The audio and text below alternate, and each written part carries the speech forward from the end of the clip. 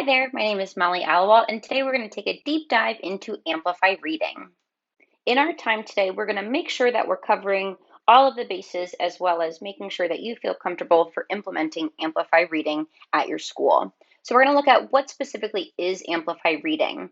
Then we'll break down that program structure as well as the research and the pedagogy behind Amplify reading. We'll then take a peek at our student experience, and then we'll move into our teacher experience. Amplify Reading is a personalized, student-driven literacy program that sends students on a reading journey. Think gaming with a purpose. But let's see what this looks like in action. Amplify Reading, an adaptive supplemental program for students K through 8, puts students at the center of the story on their journey to become powerful readers. Starting in Bookerton, where students meet their very own Curioso, a customizable companion that grows alongside them as they learn to read. Students begin with games like WordBots, where they practice segmenting words into their starting and ending sounds. Sun, beam, sun, beam, sunbeam. And build up to games like Curioso Crossing, where they'll grow their reading accuracy and fluency. Students continue to practice and build on these key skills through games and texts that are right for them every step of the way. But soon, they'll unveil a mystery from the past when a stranger comes to town. To learn more, students must build the comprehension skills they need to become confident readers, starting at the sentence level and progressing to longer texts that require them to form coherent mental models. For instance, in Unmask That, they'll practice matching pronouns to their antecedents, ensuring that they've built a clear understanding of what's happening in each sentence. Students will then apply these newly acquired reading skills to authentic texts, moving seamlessly from text embedded in games to games embedded in text, setting them up for true success in reading. The more they learn, the more their Curioso grows, getting stronger and discovering new powers. The adventure continues underneath the town of Bookerton, in an abandoned workshop, where students discover that their world is just one of many worlds to explore and comprehend. They'll have to shift focus from learning to read to reading to learn. Students will hunt for story elements for a front-page headliner, learn the power of persuasive arguments,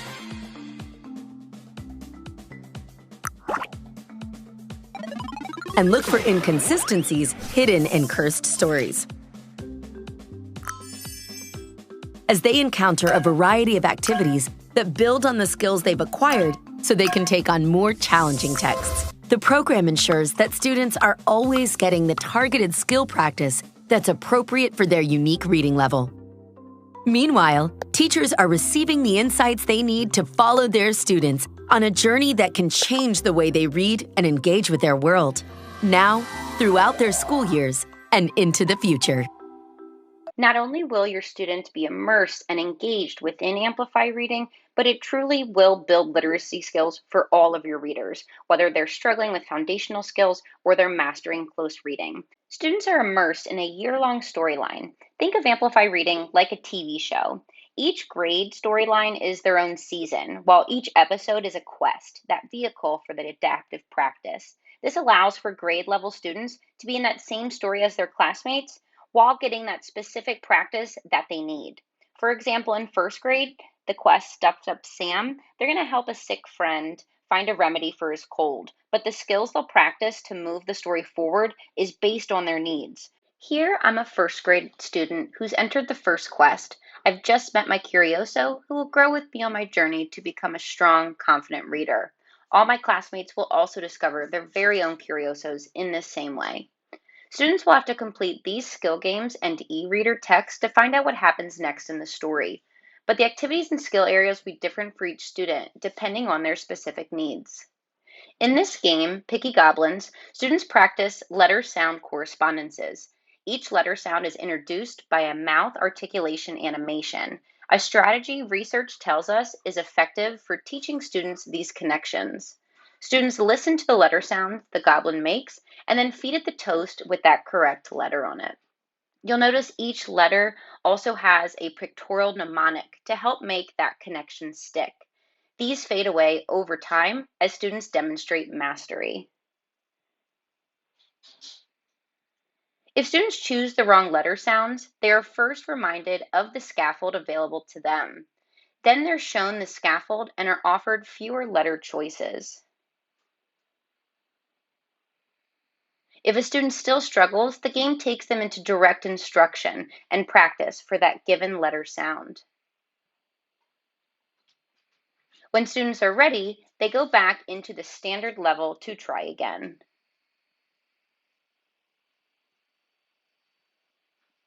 Students' performance in each activity is factored into what content the program shows them next. This aspect of personalization is unique to Amplify Reading. This structure allows for pinpoint adaptivity. Here's an example quest for a kindergartner. The student is being asked to practice decoding VC, CVC words and words with blends containing these letters.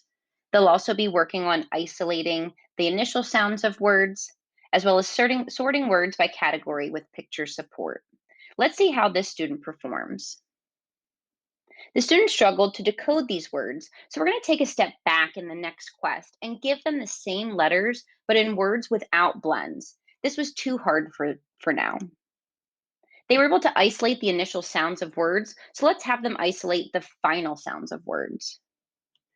And they completed this vocabulary activity, so let's see if we can find one of those words in an e-reader text or practice transferring some phonological awareness skills in that text. So this is what the student is working on in their second quest. Let's see how they did this time. They were able to master that precursor early decoding activity. So let's have them retry the one that they found challenging next. Our data shows that most students are able to master the challenging content the second time around because of how we've adapted to their needs. They were able to isolate those final sounds, so let's have them segment phonemes in a different game. And they did a great job in the e-reader, so let's have them practice a comprehension process. There are a number of things to take note of here. You'll notice how this kindergartner is working on skills in multiple skill areas in tandem. We know how important this is from the science of reading. When they struggled with a particular skill, we gave them the scaffolding they needed to later be successful, and we didn't stop them from progressing in other areas. And finally, we ensured that students encountered the challenging content again in the program.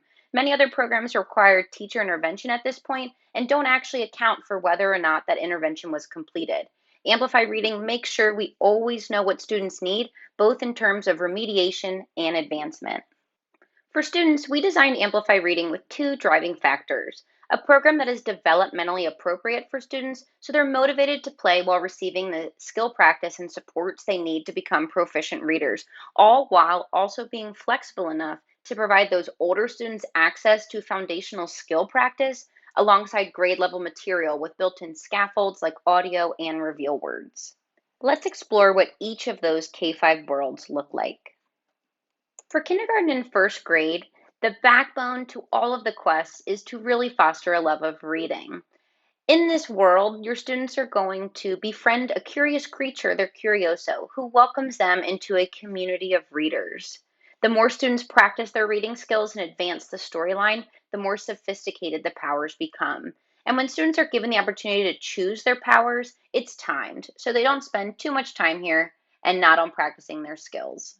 For grades 2 and 3, we know that students at this age are very focused and they're very goal oriented. So here they're going to be using reading as a tool to uncover information. The powers that students and their curiosos gain in these quests focus on finding hidden secrets in texts and on how language choices that authors make can affect how something is perceived. In grades 4 and 5, we know students like to be the experts. So here in this world, students are going to be embarking on a journey to faraway places so that way they can learn the value of others' perspectives as well as their own. In grades 4 and 5, we're going to be hitting on close reading. We know that this will be a skill that they'll be looking at in middle school, so it's important that they get a little taste for it right now. Now that we've been able to answer what Amplify Reading is, let's look at the research and the pedagogy behind Amplify Reading. We built everything on the science of reading. Simply put, students need explicit instruction in essential components of reading. But how is the science of reading embedded into Amplify Reading? Let's go in and take a look. You might be wondering how Amplify Reading specifically supports literacy. This is a model that many of us are familiar with. It's a simplish view of reading, representing the two key areas of literacy instruction: foundational skills like phonics and language comprehension skills, with the goal that practice will lead to fluency. We break apart the brain in instruction to help kids weave all of these skills together. This is a great approach, but this won't work for all students, especially struggling readers and English language learners, because there's a key piece to this that is often missing in reading instruction. The Amplify Reading team partnered with researchers to understand what the missing link is. And what we discovered is that there's actually a lot going on beyond decoding while we read. As fluent readers, we have no idea the amount of work we're actually doing. Let's look at a quick example. Take a look at this sentence. Seems fairly simple, right? If I were to ask you, why did Carla get wet on the walk to school? What would you say? It seems so obvious to us. It's raining. But let's look at that sentence one more time. Does the sentence come out and say that it's raining? Or does it come out and say, and that's why Carla got wet? No. So how did we figure this out? There are two things that tell you this: an inference, it was raining since she had an umbrella, and the connective word so. What we discovered is that there's actually a lot going on beyond decoding while we read, and we refer to this as comprehension processes. As fluent readers, we have no idea the amount of work we're actually doing. We assume this to be automatic for all readers because it's so automatic for us, but the research is showing that beginning and struggling readers need explicit instruction in these comprehension processes, similar to what they need in phonics. It needs to be explicitly taught. We've worked to identify 6 of these comprehension processes that are critical to building a mental model. The research we looked at showed there were many of these skills, but we focused on those where there was evidence that if the skill was practiced in isolation, both the targeted skill improves and overall comprehension improves. We developed a series of skill games in Amplify Reading that target the explicit skill practice of these comprehension processes and provide repeated at-bats to ensure student mastery. We embed this practice as early as kindergarten, so students are consistently getting the practice they need. Then, to take it one step further, we also offer students the opportunity to practice transferring these skills to actual text. We include practice in our embedded e-reader with these comprehension processes, helping students to make the connections between the skills they practiced in games and how they apply to text. It's also important to note that within Amplify Reading, the students are experiencing social emotional learning in every single click. Every quest, they're going to be engaging with those critical learning topics based on that Castle 5 framework. We've seen the year-long storyline, the structure of those grade bands. We've dived into the research and the pedagogy, but now let's look at the student experience. So let's chat logging in. There's a couple of different options that you have. The first one is going to be using the third-party login option. If your district uses one of these third-party options, like Schoology, Canvas, ClassLink, or Clever, this is going to be the way that your students will be logging into Amplify Reading. However, these login options must be enabled by your administrator. The next option would be the QR codes. So these are standing for quick responses, and they're the barcodes that you hold up to a camera-enabled device. So whatever device your students are using, if they use the QR codes, they would have to have that camera attached. But this is a great option for your little ones because students, they just have to scan the code rather than typing anything in. And I'll show you when we go live where we can find these on our teacher dashboard. So how does Amplify Reading identify the appropriate instruction and skill practices for our students? Placement for students who do not have assessment data is determined using our automatic placement tool. This ensures students receive the content and skill practice most appropriate for their current reading level. Our program analyzes students' responses to each question and places them at a starting point within the program that best suits their current reading needs. Students only see the placement tool once when they log into Amplify Reading for the very first time. The entire experience takes most students about 10 to 15 minutes, and this truly does not look like a test. This looks like one of the games that they're going to be playing within Amplify Reading itself. Now that your students have been able to log on, they have taken that automatic placement tool or their data has been imported by your tech administrator. Now your students are ready to be immersed, engaged, and grow with Amplify reading. So the majority of their time is going to be spent in their quests, which is going to help advance that storyline. So right here is their map, and each of these different locations is going to show a different quest. And specifically, this one is going to show where they are. So they can go ahead and click into their quest, and they can see specifically those games that have been served up to them for that adaptive skill practice.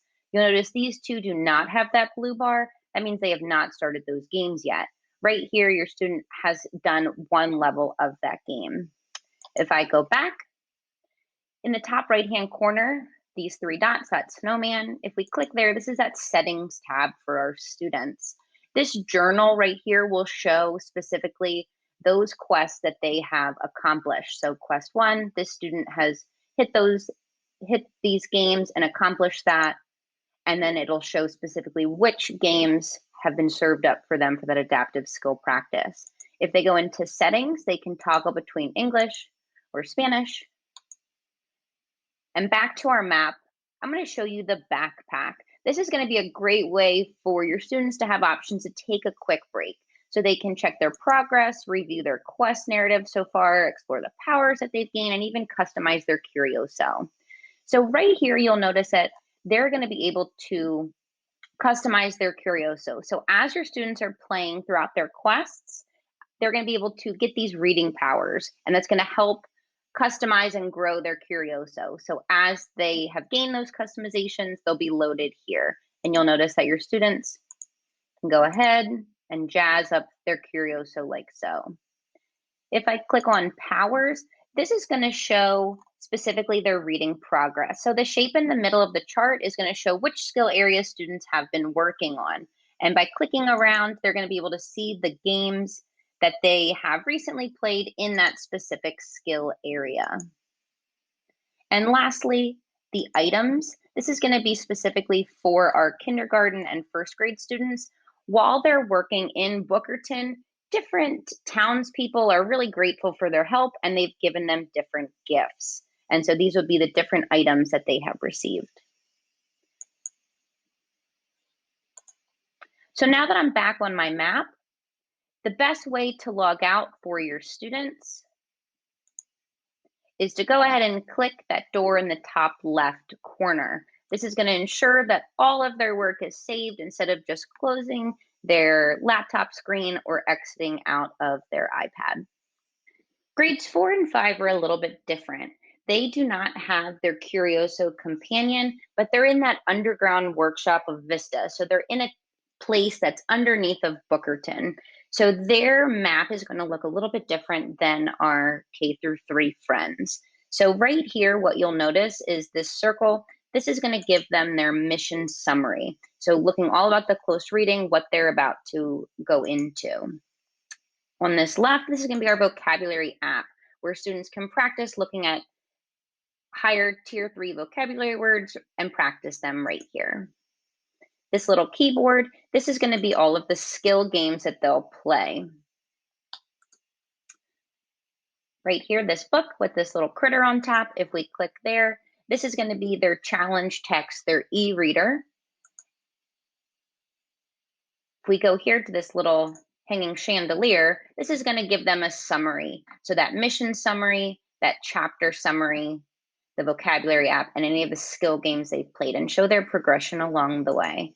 And lastly, your students can click on that snowman in the top right-hand corner. And this is going to allow them to practice any of those games, and they can do it specifically by the skill that they're looking at as well. And yet again, your students will log out via that door. Now that we've looked into the student experience, let's see how that's going to translate for the teacher experience. How this is going to look is we're going to look at the flexibility, the data and reporting. I'm going to go online live so you can see how this will look organically for you on the teacher dashboard. And then we'll follow up by looking at the support that's available for you throughout your pilot experience. So Amplify Reading is extremely flexible. For students, we've seen tremendous growth in as little as 30 minutes per week. So you can utilize this in a small group time, independent time, or even implement it for homework. We've seen that done as well. Your students absolutely can spend more time, but we always suggest at least 30 minutes per week. Amplify Reading is a perfect program for remote learning, hybrid learning, or even in person. So it's truly flexible for the model that your school is using. And lastly, Amplify Reading is completely student driven. The more the students are in, playing the games, progressing through that storyline, the more rich data that you get for each of your students.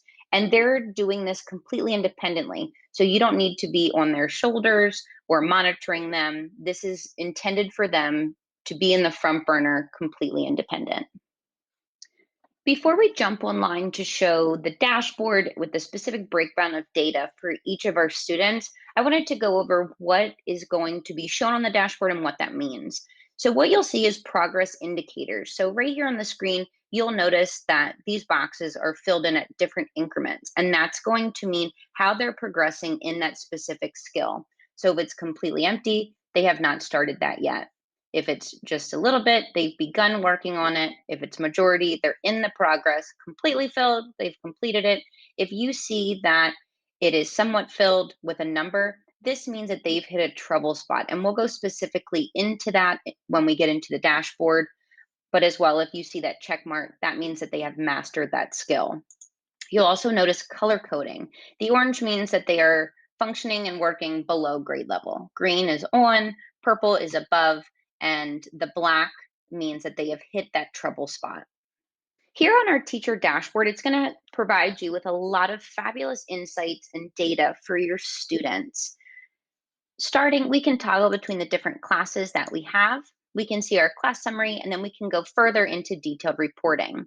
Right here within our weekly usage, this is going to show individual students that are not meeting that weekly usage requirement. And like I had mentioned before, the goal is at least 30 minutes per week. So right here, this student is not hitting that weekly target, and so that would be our friendly nudge to them. Over here, this circle, this is going to show that percentage of students in our class that is meeting that weekly target. And so right here, you'll see 75% of the students are meeting that weekly target. On the right-hand side, this is our sub-skill mastery newsfeed. This is going to show how our class is progressing with the different sub-skill mastery goals and the most recent mastered sub-skills in our newsfeed. So if we hover over here, it'll say decoding words with common rhyme families. So we'll say that David had just mastered this skill. We can also see this circle, and it fills in when our class is progressing, and so we know that we are progressing towards those skills that we need. Down below, these are the trouble spots. So when a student is working in a game and they have gotten an incorrect answer 3 or more times without mastering it, we're not going to push our students to have that struggle, but we want them to have that productive struggle. So what we do is we take a step back. We're going to give them some precursor skills, and then we'll give them this trouble spot again, so that way they're more successful. You'll be able to see what specific student is having that trouble spot and what area and that date. What's awesome about Amplify Reading is that the computer, the algorithm will take over. It will find these trouble spots. It'll give them those precursor skills that they need, and then it'll serve them up that trouble spot again so that they're successful. However, for you as the teacher, we also have these take and teach instructional activities for all of those trouble spots. So you'll notice that here, and there's 5 instructional activities that will help meet that trouble spot. And so for you as the teacher, you're able to print these off and utilize them in a small group if you would like to. But like I said, you do not need to do this for your students to be successful. So now let's go into our detailed reporting. So we've seen it as a class summary. So what does that look like for my individual students? You'll see our students are listed on the left. If they have our DIBEL scores, you'll notice those here. If you don't, you will not see these 3. It'll show when was the last time that they logged in, and if you hover, it'll say that specific time that they logged in. That weekly usage is listed here, as well as their progression towards their sub-skill mastery. Over here on the right, just like we had talked about before, those different color bands as well as the progress indicators with how much these boxes are filled in. So we'll notice with our student Carter, that 2, that means he's had trouble spots specifically in that phonological awareness strand.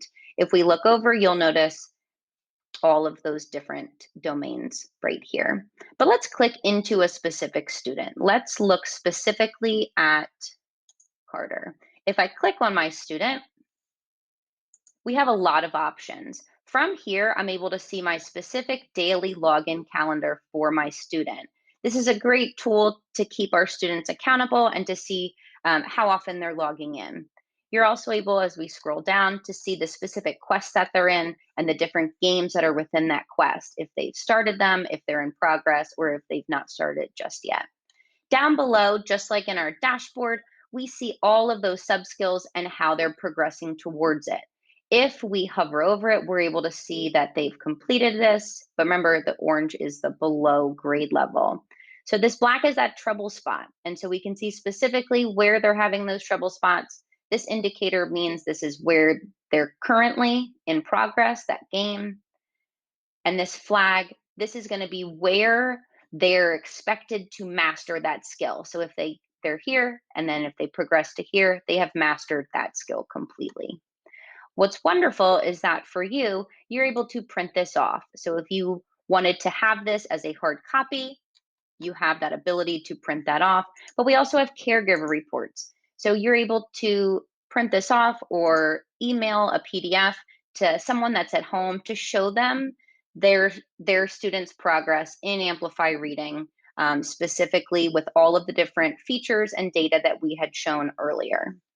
Here on our dashboard, we're able to print off our student logins. So going up to the top where it says Get Student Logins, if we click here, it's going to ask if we want the class QR codes, the class username and passwords, or the student's separate login files. And so you have lots of options here in order to assist your students as they're logging in. If we go to class settings, it's going to have an option where it says practice mode. And so if we turn this on, students are going to have that option to look at a practice menu and select any game that they want. And I'll show you what this looks like.